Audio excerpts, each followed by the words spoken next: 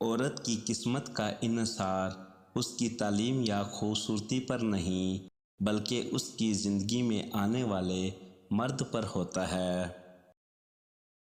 بس اتنی بات ذہن نشین کر لیں کہ آپ تنہا نہیں ہیں، اگرچہ ساری دنیا بھی آپ سے منہ موڑ لے، یہاں تک کہ آپ کے اپنے بھی ساتھ چھوڑ دیں، تب بھی آپ اللہ پاک کو ہمیشہ اپنے ساتھ ہی پائیں گے۔ امام غزالی فرماتے ہیں، جتنے سجدے جوانی میں کر سکتے ہو کر لو، کیونکہ میں نے بڑھاپے میں لوگوں کو اکثر سجدے کے بغیر نماز پڑھتے دیکھا ہے۔ ہر تاریک رات کے بعد صبح نے نمودار ہونا ہی ہے، اس لیے پر امید رہو، کیونکہ اللہ پاک کو پر امید لوگ بہت پسند ہیں۔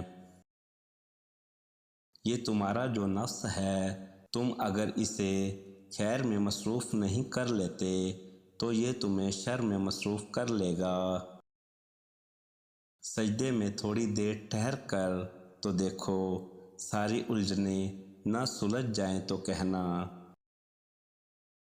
رحم اس فضل کو کہتے ہیں جو انسان پر اس کی خامیوں کے باوجود کیا جائے۔ دیر لگے گی مگر صحیح ہوگا، تمہیں جو چاہیے نہ وہی ہوگا۔ دن برے ہیں مگر زندگی تو نہیں، صبر رکھو یقین کرو سب اچھا ہوگا۔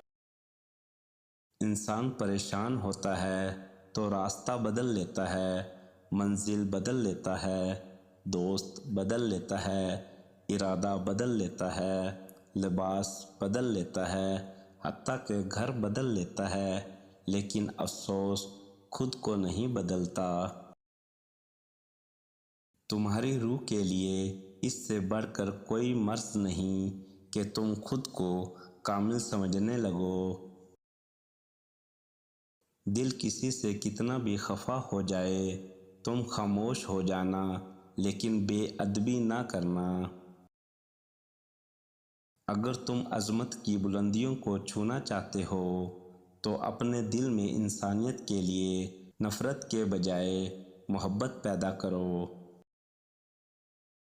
مقصد مر جائے تو انسان مر جاتا ہے، بے مقصد زندگی کتنی ہی طویل کیوں نہ ہو، موت سے بدتر ہے۔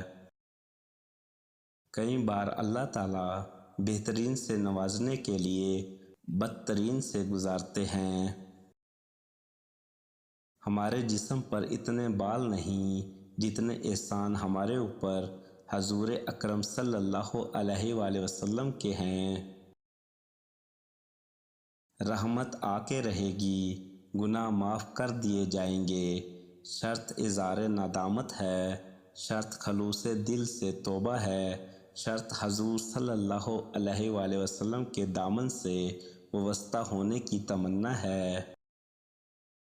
اللہ کی طاقتوں کو کبھی کم مت سمجھو، اللہ اگر مہینوں کو سالوں میں بدل سکتا ہے تو وہ قبولیت کی لمبی مسافات کو لمحوں میں بھی بدل سکتا ہے۔ ماں اگر ان پڑھ ہو اور پنجابی میں بات کرے تو اس کے ساتھ انگریزی نہ بولنا شروع کر دینا، علم تو ادب کا نام ہے۔ بے بسی کی انتہا ہوتی ہے اس مقام پر جہاں لوگ آپ کو دھوکہ دے کر، آپ کا دل توڑ کر، آپ سے رشتے توڑ کر بہت غرور میں کہتے ہیں کہ یہ اللہ کی مرضی ہے۔ کہتے ہیں ہر وقت اپنا تن اور من صاف رکھو، کیا خبر کب اپنے رب سے ملاقات ہو جائے۔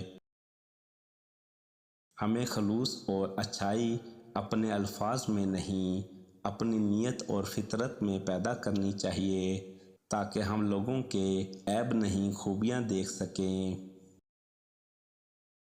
تھوڑی دیر کے لیے قبرستان جا اور خاموشی سے بیٹھ اور ان بولنے والوں کی خاموشی کو دیکھ۔